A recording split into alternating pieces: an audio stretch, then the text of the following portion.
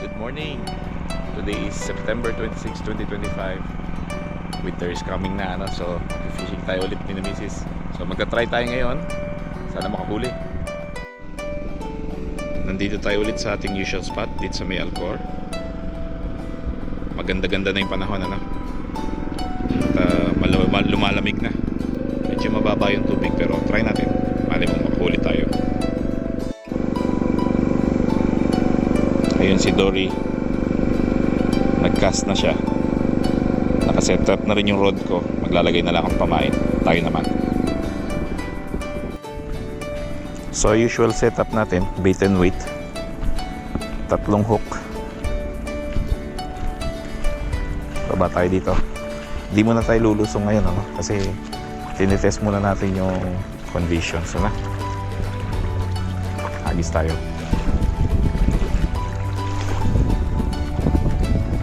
Ayun, lapit. Okay lang.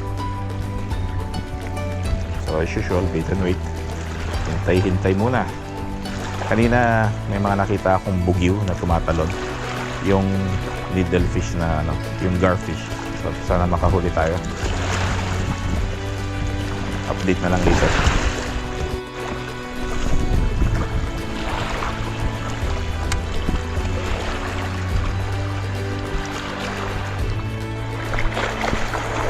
May batuhan dito, upo tayo.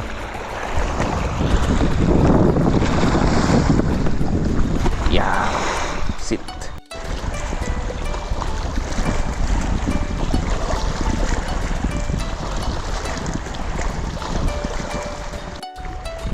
I wish we went here earlier,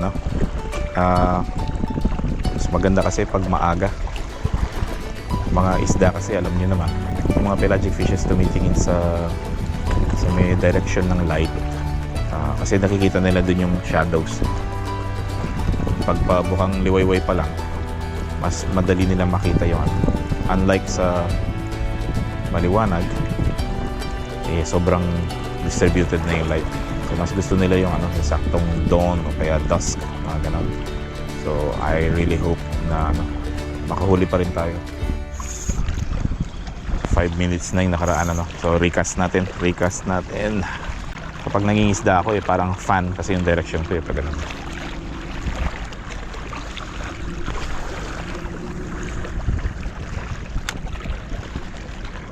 So dito tayo. Relax muna habang naghihintay.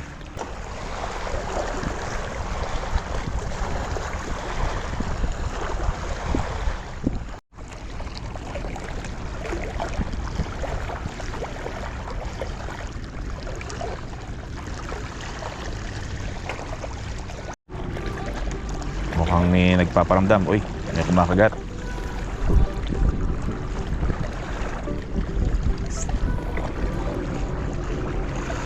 May kumakagat. May nakita akong parang baluya yata. Huwag naman. Nakita ko na yung silver na nahaba niya nawala siya.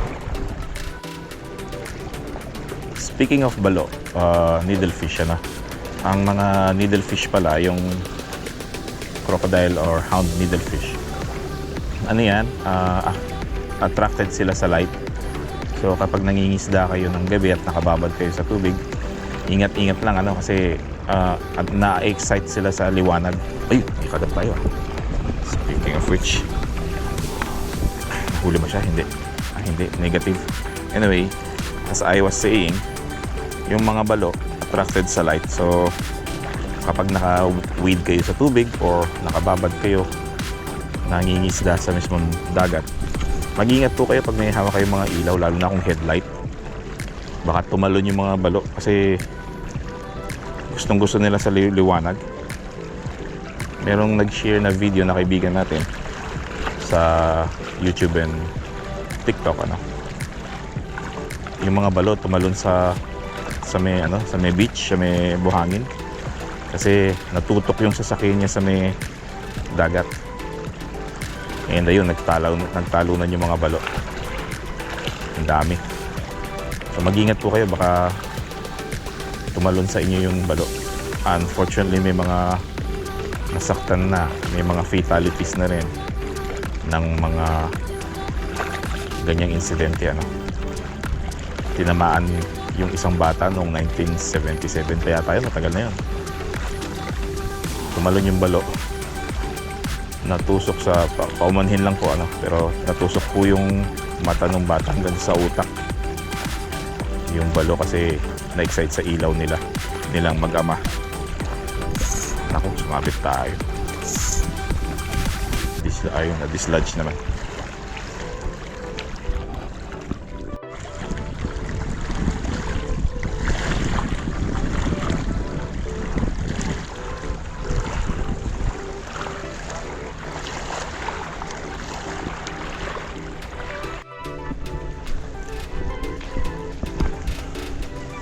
Nakahuli si Dory ng balo.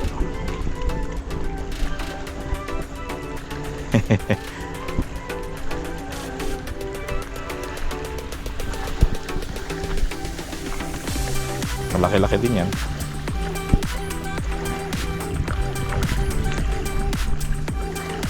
Maraming signs ng balo ngayon.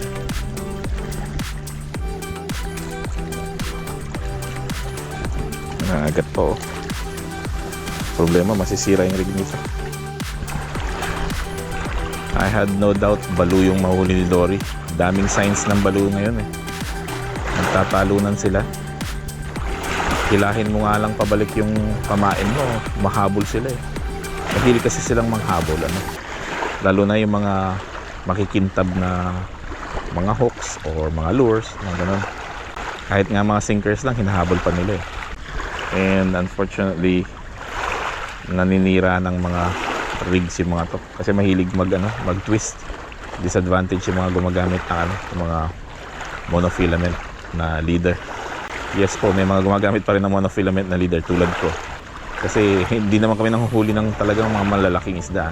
Mga, as you know, puro panfish yung nanghuhuli ng pan-size fish. Parang may kumagat sa, ay may crab. May crab. Crab siya. Ayun Ano ba yan?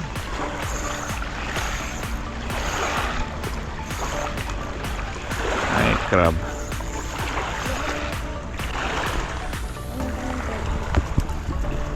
Bitawan mo. Blue crab. Well, nakahuli tayo ng crab sa hook So Dory wants it. So I'm gonna take it.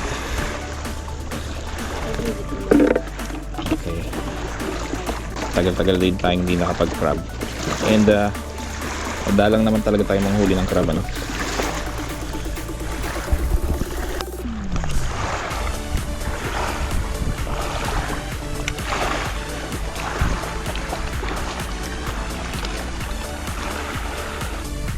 Fish on ba o alon lang? Alon lang. Ay, hindi. Ano yun? Tumalon? Tumalon? Luwag yung flag mo. Ayun, laki. Twin fish. Release mo na lang. Mababaw lang yung pagkakahook siguro niya. Good job. Nakadalawang isda na si Dory. Ako wala pa. Tapos na-snag pa. So nagpalit tayo ng rig. Nilitan ko yung hooks ko. Siguro hindi makain-kain ng mga isda kanina kasi malaki yung hook. So gumamit tayo ng size 5 or 4. I forgot kasi tagal na natin ginawa yung mga rigs natin. Uy, may kumakagat. Isda na yan sana, wag ng crab. Ayaw nga pala kung i-count natin yung crab as huli yun. Pero hindi naman siya isda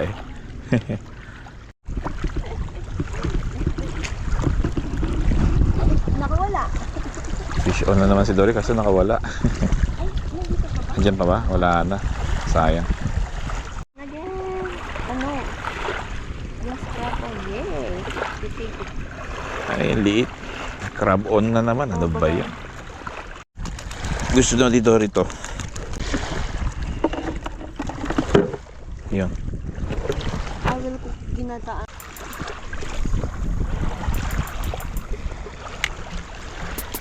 hindi pa rin tayo swerte ha. Wala pa rin tayong nahuhuli. Puro crab. Anyway, patience lang, patience. Kahit malamig sa umaga, pagdating ng mga 7, 8 and onwards, mainit pa rin pala. Hindi pa talaga winter. Kumbaga parang autumn pa lang. So medyo halo pa yung init tsaka lamig. Medyo masakit na yung init sa likod. Pumipitik na ng konti. Although hindi pa tayo pinapawisan, which is good sign. Dapat kasi sa araw yung likod natin, kaya yun. Nakaramdam na naman ako ng crab. Kainis yung mga crab na to eh. Kala mo isda na pero tinatag lang nila yung line. Tapos pag hinila mo naman, bibitaw. Ayan na naman oh. Isda na to. Isda. Fish pond pala. Kala ko crab. Huwag naman balo, ano? Well, di siya tumalon. Ano kaya to? Oo nga, tumatalon sila, oh. Ano kaya to? Ay, malakapas. Okay, good size. Malakapas. It's been a long time, ano?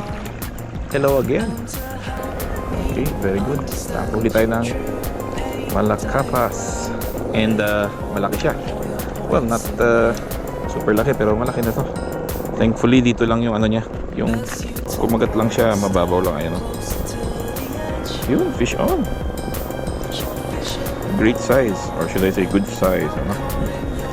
Keep. Of course we'll keep it. We'll be mad to release it. Let's put it in there. There you go. Alright. Finally, some good fish. Fish on si Dory. Kaya nahuli niya. Ooh, it's a malakapas din. Ayan, laki. Same size nung nahuli natin. Good job. Ang ganda niya, no? Oh, ang ganda. Silver belly. Nangingintab na naman.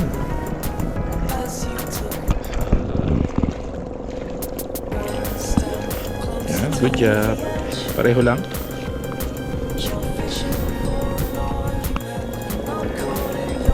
No.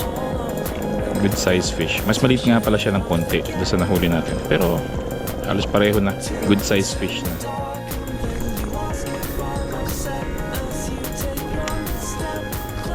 Ako muna tayo. Yan. Pagkas tayo.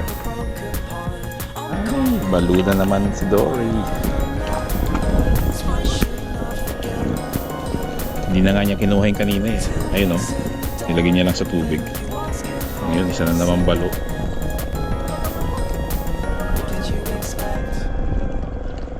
Kung kaya mong pakawalan mo ulit. Kung kaya mong hindi patayin. Ay. Kinuha na lang ni Dory ulit yung mga balo. Tinanggalan na niya ng ulo. Dito na lang niya kinatay. Sorry balo. So we'll just feed them to the cats back home. So kumuha muna tayo ng Gatorade. Mainit na eh. Kumuha rin ako ng isang rig. Naputol na naman. Ay nako. Siniswerte ka nga naman oh. Mag-hydrate muna tayo. Medyo nag-yellow pa. It's refreshing.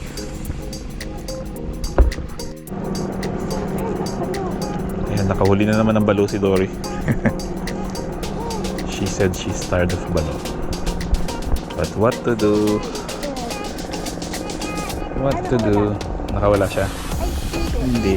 Andyan siya. As usual. Pakawalan mo. Hindi alis na yan mamaya pag nasaktan na eh. Yes! Sabi sa'yo isda eh.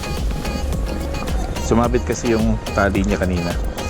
Then napansin ko para may tumalon. Sumabit siya sa bato. Nagtago yung isda sa bato. So yun, nakaisda siya. Very good. Malakapas na naman. Sarap yan. Mababaw lang pagka-hook, oh. So tired. Yun yung fish ni Dory, oh. Yes. Good job.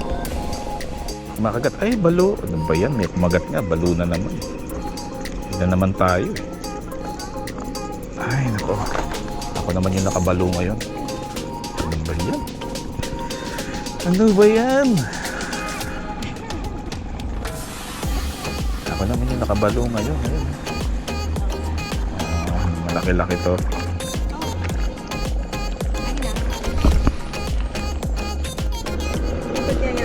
Kakahuli ko lang na sa akin. Si Dory may balo din. Pero yung sa kanya may pag-asa pa makawala. May kumakagat na naman. Ano kaya to? Hindi naman siya tumalon. Eh, balo na naman. Patay tayo. Ano ba yun? Ay, nako. Sira na nga yung rig natin. Lalo pang masisira. Ay, nako. Kulit na mga balo na to, eh. Ayan, oh.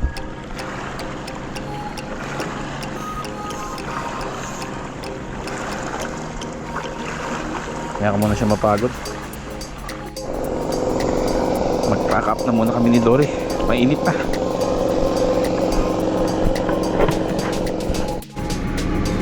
So hanggang dito na lang muna yung fishing adventure natin, ano? So nag-test din tayo ngayon. Positive, may mga isda na. Malamig-lamig na sa umaga. Init pa rin mga 7 to 9 onwards. Hindi na kaya. Kain na muna tayo. Hindi pa naman talaga winter. At least positive. Nakapag-fish na tayo every Friday. So at least di na tayo maiinip sa bahay. Anyway, thank you very much and see you again next adventure. Bye bye.